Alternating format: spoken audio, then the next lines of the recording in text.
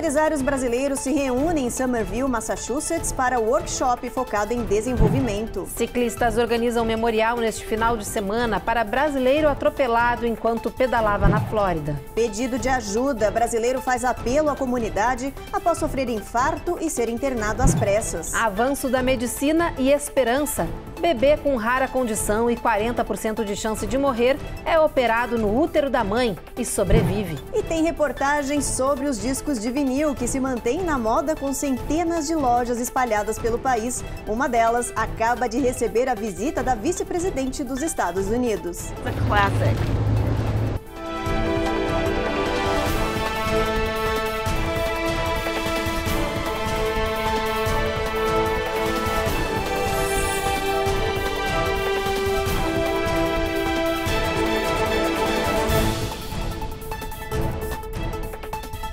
Olá, muito boa noite. Boa noite. Em Massachusetts, mais de 100 empresários participaram de um workshop voltado ao crescimento e desenvolvimento dos comércios aqui nos Estados Unidos. Eles assistiram palestras com nome de peso no mercado norte-americano e aprenderam sobre networking, interação e modernização. A reportagem é da Giovanna Locatelli. O encontro foi gratuito e reuniu mais de 150 empresários brasileiros de Massachusetts. Um dos palestrantes foi o estrategista de marketing da Red Bull, David Joseph, que falou das estratégias para promover o crescimento da empresa. Ele elogiou a presença dos empresários. Eu acho incrível por vários motivos. Realmente, porque eu estou podendo interagir com todas essas pessoas e, para mim, poder ensinar sobre o que eu amo. As pessoas estão interessadas e é ótimo ver como elas podem ganhar valor com isso. Tem sido incrível até agora. Kátia de Oliveira tem empresa há 24 anos na área de limpeza e higienização.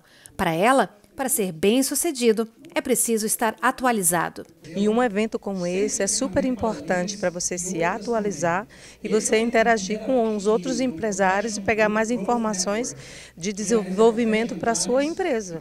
O encontro, além de atualização para os empresários, serviu também como uma oportunidade para fortalecer o networking.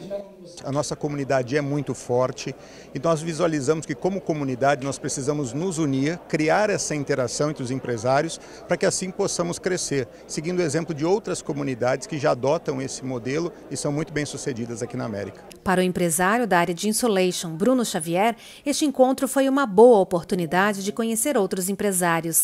O que eu pude ver aqui hoje, todo mundo falando da importância, querer crescer, querer se aprimorar, querer aprender, foi muito importante. O brasileiro é criativo, corre atrás, entendeu? O brasileiro é sucesso onde chega. Então nós brasileiros somos sucesso onde a gente chega. Esse evento mostrou muito os brasileiros, os empresários são interessados em aprender e crescer seu business aqui na América. E aproveitar a oportunidade, essa terra é a terra da oportunidade. Nós brasileiros realmente fazemos a diferença aqui nos Estados Unidos.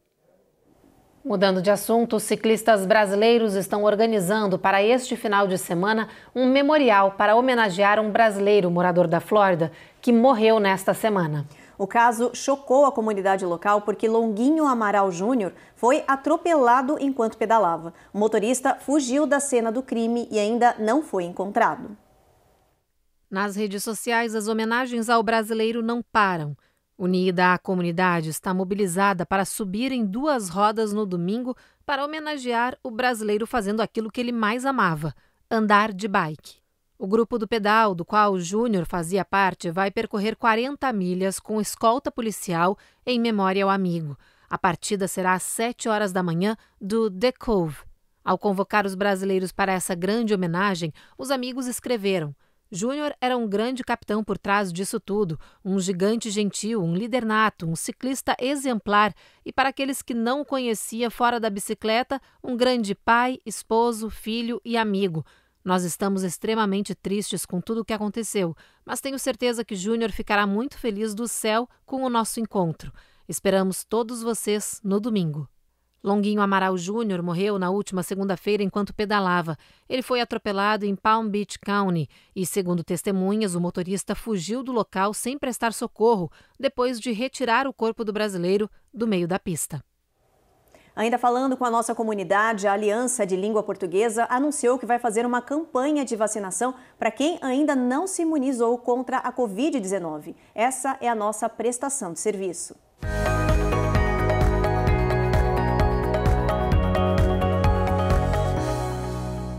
O esforço é para alcançar o maior número de pessoas possível. A partir de 11 de maio, quando acaba a medida de saúde pública, a vacina vai passar a ser cobrada no país. A entidade anunciou que mesmo depois dessa data, eles vão manter a vacinação gratuita até o final do mês. O serviço será em português e em inglês. Além disso, eles vão circular com uma clínica itinerante nas cidades de Framingham, Everett, Lowell e Somerville. A vacina será da Moderna e não será preciso marcar horário. Quem for até essa clínica ainda vai ganhar um gift card de $25 para gastar onde e como quiser.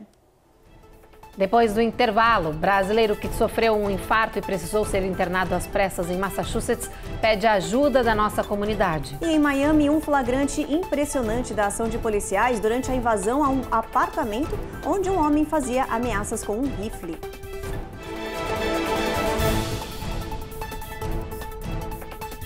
Enquanto envelhecemos, a função hormonal do nosso corpo diminui lentamente. Rejuvenescip é uma maneira minimamente invasiva e sem dor para reverter e renovar a energia, a satisfação sexual e o bem-estar. Rejuvenescip utiliza hormônios bioidênticos, promovendo uma variedade de benefícios à saúde. Pode ser usado tanto por homens quanto mulheres. O programa de envelhecimento Rejuvenescip também oferece vitaminas endovenosas e vários procedimentos estéticos, incluindo o rejuvenescimento feminino. Recupere e mantenha a sua juventude hoje com Rejuvenescip. Bem-vindos à Toyota de Deerfield Beach, a maior concessionária brasileira da Flórida. Nossa equipe brasileira está preparada para te ajudar na área de vendas, financiamento e serviços. Falando a sua língua, então aqui você está em casa. Se você quiser sair de carro novinho, assim como eu, o nosso grande inventário está esperando por você. Financiamos com social, IT Number e até mesmo só com seu passaporte. Venha conferir nossas promoções aqui na Toyota de Deerfield Beach.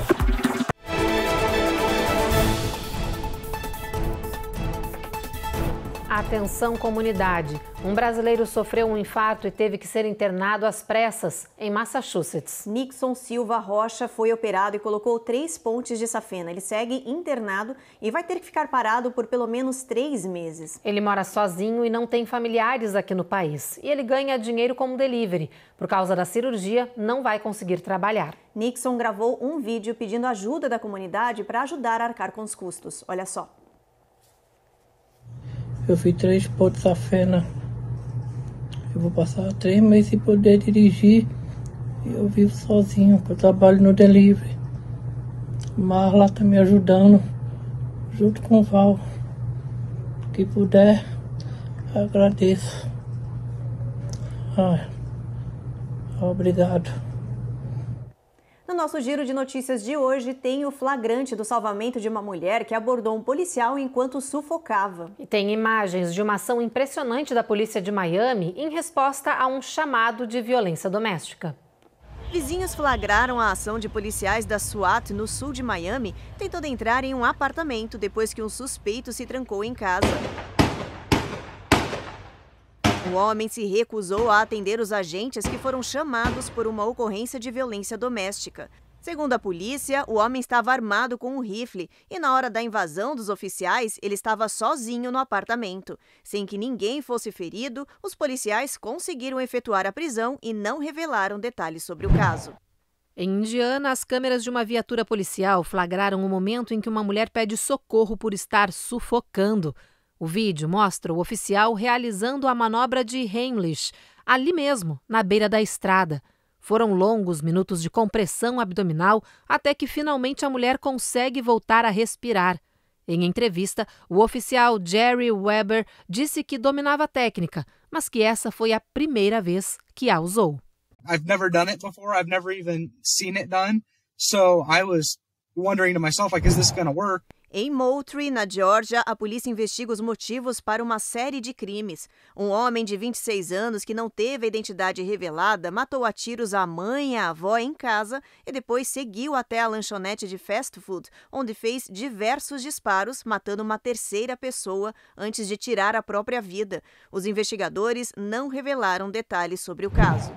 Um pai da Flórida está enfrentando acusações após agredir um árbitro durante um jogo de beisebol na escola do filho em Kissimmee. Segundo a polícia, o juiz de jogos escolares infantis é um veterano com deficiência, tem 63 anos. Investigadores dizem que o pai, Jorge Gonzalez, decidiu partir para cima do homem desferindo socos por não gostar da atuação dele no jogo. Jorge foi detido e banido de assistir às partidas do filho na escola. Ainda falando de flagrantes, é cada vez maior o número de vídeos registrando furtos e roubos no estado da Califórnia. Um assunto já conhecido, mas que sempre volta à tona. O estado possui uma lei que determina que mercadorias de até, no máximo, $950 não mais sejam consideradas roubos, apenas contravenções. Isso significa que não é considerado mais um crime. Mas os legisladores do estado querem mudar essa regra para reduzir a onda de furtos. Eles estão propondo baixar esse valor limite lá na Califórnia. A ideia é que produtos de até no máximo $400 não sejam mais considerados contravenções simples, como nos mostra a Eloaura Zen. Produtos trancados nas prateleiras e até fechamento de lojas. A onda de furtos na Califórnia é tanta que varejistas têm apostado em soluções extremas. Mas não há cadeado que resolva esse impasse da criminalidade no estado mais populoso do país. Alguns acreditam esse fenômeno à lei conhecida como Proposition 47, aprovada em votação democrática em 2014. Segundo o texto da regra, certos delitos, como furto de objetos avaliados em até $950, não são passíveis de prisão e são encarados como contravenção, não necessariamente como um crime. Enquanto alguns grupos políticos acham que o melhor caminho é reverter de vez essa lei, outros preferem acreditar em uma solução menos drástica, reduzindo o valor apto à punição para $400. Todas essas ideias se apoiam na narrativa de que a prisão seria a única saída para evitar esse tipo de crime, mas parecem se esquecer justamente o contexto da aprovação da regra, como relembra a professora de criminologia Charis Kubrin. A Califórnia tinha uma das maiores taxas de encarceramento per capita do país. Estávamos encarcerando muitas pessoas por muito tempo. Nossas prisões ficaram lotadas. As coisas estavam tão ruins que houve inúmeras ações judiciais contra essas prisões estaduais, devido à superlotação e às condições de confinamento. As coisas ficaram tão ruins que, em 2011, a Suprema Corte interveio e disse que a Califórnia deveria reduzir sua população carcerária estadual em 33 mil pessoas nos próximos 2 anos, ou eles teriam grandes problemas. Para acatar a decisão da Suprema Corte e reduzir a população carcerária na medida exigida pelas autoridades, a Califórnia aprovou a Proposition 47. Essa escolha, porém, fortaleceu o argumento de que a lei passaria a mensagem de tolerância em relação a pequenos delitos, o que não é verdade. Para os especialistas, essa falácia reforça a crença de que toda e qualquer criminalidade se resolve com penas mais severas. Se você disser às pessoas que vai puni-las por mau comportamento, seja ele criminoso ou não, as pessoas terão menos probabilidade de se envolver no crime, mas isso só funciona até certo ponto. Em outras palavras, tendemos a supor que, se simplesmente continuarmos aplicando penas mais severas e prendendo mais pessoas, o crime continuará diminuindo. Mas acontece que a pesquisa mostra que a relação entre o encarceramento e o crime é complexa. But it turns out research shows the relationship between incarceration and crime is a complex one. Depois do intervalo, a gente fala sobre o anúncio da OMS sobre o fim oficial da pandemia no mundo e explica o que isso significa. E a gente mostra que o Brasil lançou oficialmente a candidatura ao Conselho de Direitos Humanos da ONU.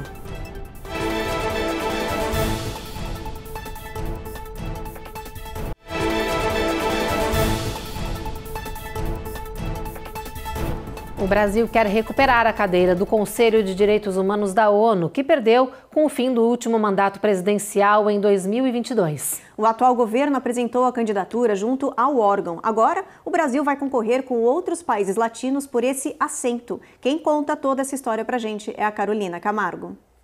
A candidatura do Brasil ao Conselho de Direitos Humanos, mandato 2024 a 2026, que hoje lançamos, é mais do que uma postulação a um assento nesse relevante órgão internacional. Ela sintetiza o momento vivido pela sociedade brasileira de resgate dos alicerces democráticos e dos direitos humanos do nosso país. Foi assim que a secretária-geral das Relações Exteriores, Maria Laura da Rocha, fez o anúncio oficial da candidatura do Brasil ao Conselho de Direitos Humanos da ONU, no prédio do Itamaraty, em Brasília. O ministro dos Direitos Humanos e da Cidadania, Silvio Almeida, também participou do evento. Em discurso, ele falou da importância da volta do Brasil ao cenário internacional no combate ao racismo, acesso à saúde e proteção dos direitos humanos e indígenas. A política de direitos humanos se torna a pedra angular da política brasileira. O Brasil voltou, mas voltou olhando para o futuro e voltou de uma nova forma e para um novo tempo. Estamos resgatando os valores e posturas que desde a redemocratização, prezados e prezadas, vinham consolidando o Brasil como um país que reconhecidamente contribui para a agenda internacional de direitos humanos, como um construtor de consensos, um expoente dos interesses dos países em desenvolvimento e um líder do Sul Global. O Brasil já ocupou assento no Conselho por 5 vezes. Agora quer disputar novamente essa vaga. 3 assentos estão sendo oferecidos para países latino-americanos no Conselho de Direitos Humanos, que é composto por 47 países. O Brasil vai disputar essas cadeiras com Peru, Cuba e República Dominicana. Quem vencer vai exercer um mandato de 2 anos a partir de 2024. A eleição será na Assembleia Geral da ONU, marcada para o final do ano, em outubro. Vejo como extremamente positiva a candidatura do Brasil a uma vaga no Conselho de Direitos Humanos da ONU. O Brasil ocupa lugar de destaque em violência das minorias. Então, seja a questão de nós analisarmos a vulnerabilidade individual ou coletiva, o Brasil ele tem capacitação e instrumentos suficientes para poder opinar e ocupar esse lugar de destaque no cenário mundial. Hoje, a Organização Mundial de Saúde decretou o fim oficial da pandemia de Covid-19 no mundo. O fim da emergência de saúde global se deve à redução no número de casos e mortes pela doença. Mas a OMS alerta, ainda não estamos livres do coronavírus e é preciso manter cuidado. Para reforçar a importância da prevenção, o CDC, o Centros de Controle e Prevenção de Doenças aqui dos Estados Unidos, anunciou que a Covid-19 foi a 4ª principal causa de morte nos Estados Unidos, isso no ano passado. Segundo os dados do governo, 1 em cada 13 mortes no país em 2022 foi provocada pela contaminação por coronavírus. Em primeiro lugar, no ranking das causas de mortes no ano passado, estão as lesões não intencionais, seguidas por doenças cardíacas e câncer também. Depois do intervalo, a gente mostra o caso impressionante de cura de um bebê que em Boston teve o cérebro operado ainda no útero da mãe. E tem também reportagem especial sobre os discos de vinil que pela primeira vez em 30 anos ultrapassaram os CDs em vendas.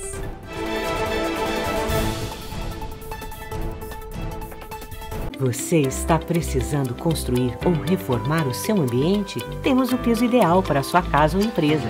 Beleza, conforto e durabilidade em um único produto. PlumShield tem sede no sul da Flórida e atende em português, homeowners e contractors de todos os Estados Unidos. Pisos com qualidade de primeira e garantia vitalícia. Disponível agora em um distribuidor perto de você. Para maiores informações, acesse o nosso site plumshield.com.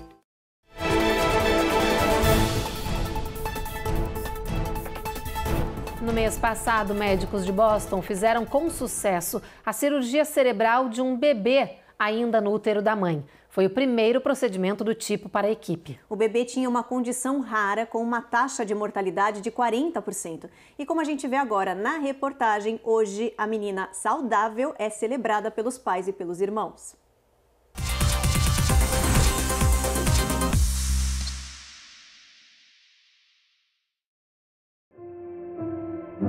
On September 14th, we were able to have our first ultrasound. We saw baby. We're extremely excited. Este foi o bebê número 4 para Derek e Kenyatta Coleman, uma menina chamada Denver, e eles estavam emocionados. Mas então, em um ultrassom de rotina, na 30ª semana, começou um pesadelo. Saw my doctor, and we sat down, and then she shared with me that something wasn't right in terms of the baby's brain, and also her heart was enlarged. A médica informou que o cérebro do bebê estava com problemas, assim como seu coração.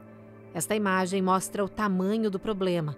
Essa grande massa colorida que você está olhando no cérebro do bebê é conhecida como malformação da veia Galen e não deveria existir.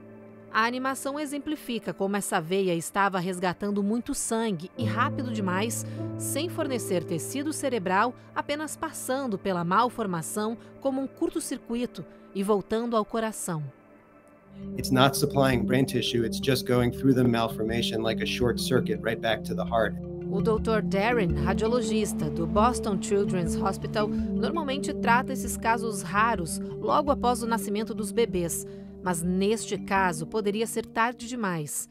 Então ele e sua equipe inovaram e pela primeira vez operaram o cérebro do bebê ainda na barriga da mãe. Essa imagem da operação mostra como eles passaram um microcatéter com muito cuidado até o gigantesco vaso de sangue dentro do pequeno cérebro. Para conseguir isso, a mãe foi anestesiada, assim como o bebê, que também foi girado dentro da barriga para uma posição perfeita para os médicos. E foi assim, através dessa cirurgia inédita, que pequenas bobinas foram usadas para preencher a veia, transformando essa grande massa colorida em cura. O procedimento durou apenas 20 minutos.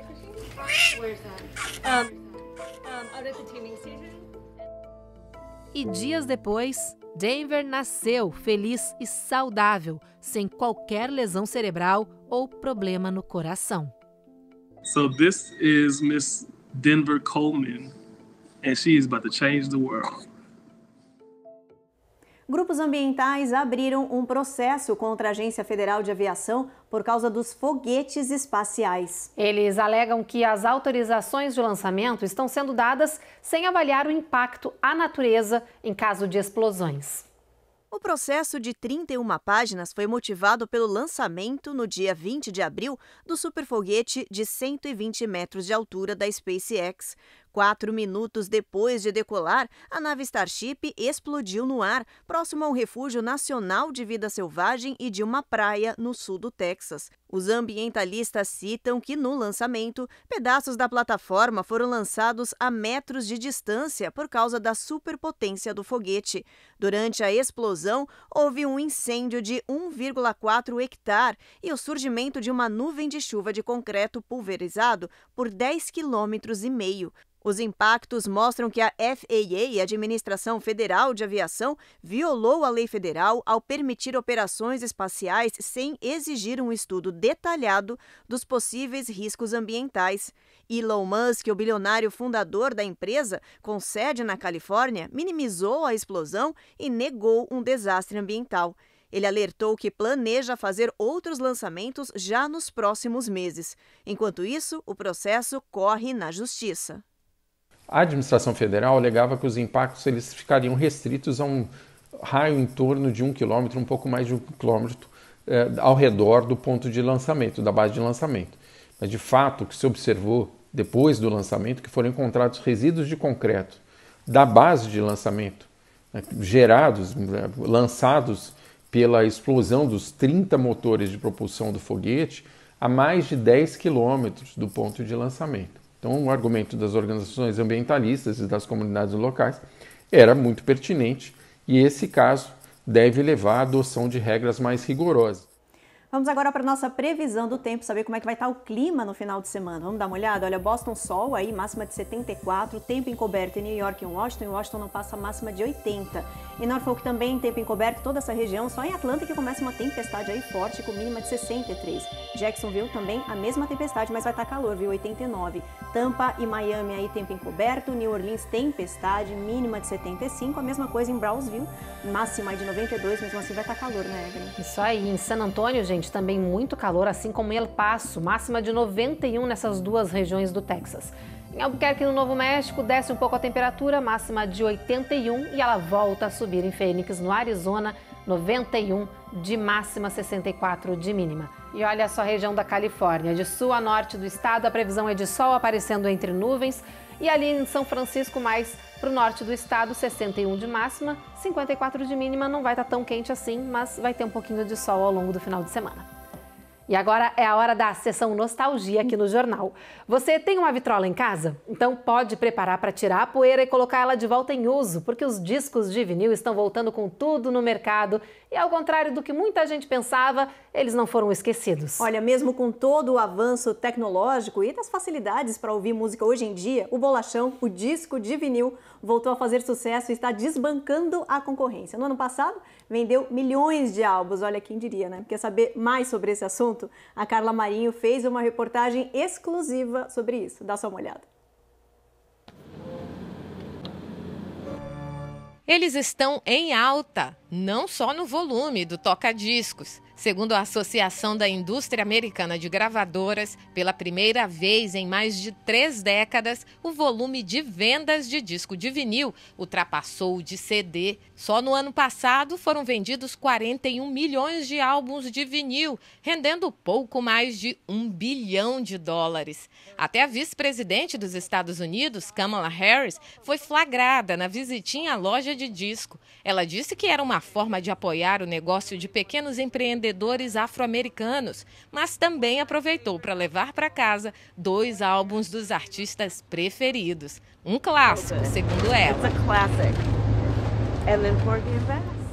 Quem apostou no fim dos LPs com a chegada dos CDs e depois com o stream, perdeu feio. Até os artistas se adaptaram aos novos tempos e agora lançam álbuns exclusivos com edições limitadas e que causam um verdadeiro alvoroço entre os fãs e colecionadores das raridades. O vinil não perdeu valor. Eu fui numa feira domingo agora passado de vinil e tinha discos de R$180 a R$500. Sem falar dos colecionadores, né? Que tem disco que vale uma fortuna. Especialista no assunto, além de colecionador, ele contribui para o mercado da música no Brasil há quase 40 anos. O produtor e compositor tem no currículo grandes estrelas da música brasileira. Agora, ele aproveita o terreno fértil para lançar essas sementes com um selo próprio.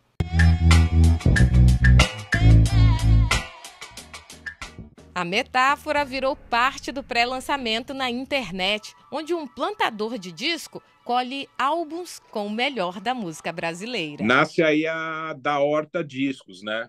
Onde eu trago essa concepção de um selo que é a horta do BID, desse produtor, que vão desde o começo da ideia, por exemplo, o Djavan em reggae, né? Eu considero isso a semente, né? E aí, assim, ao chamar todo mundo para participar, ao gravar, ao produzir, eu considero como regar, cuidar, para daí a masterização e mandar para a fábrica é meio que colher. A sacada, totalmente original, eleva o nível no mercado. Não com o objetivo de bater de frente com as gigantes do stream. Pelo contrário, segundo ele, o retorno do vinil atende um público seleto que entende que a música é muito mais que apertar o play. É uma verdadeira experiência.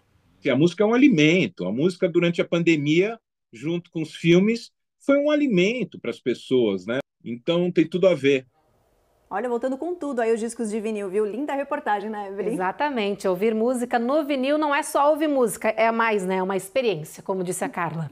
Com tudo, com certeza. Bom, a gente termina aqui então o Jornal Américas no ar. A gente espera vocês novamente segunda-feira, às 7h30 da noite. Vocês ficam agora com mais um episódio da superprodução Reis. Bom final de semana e aproveitem bastante. Até segunda. Até segunda.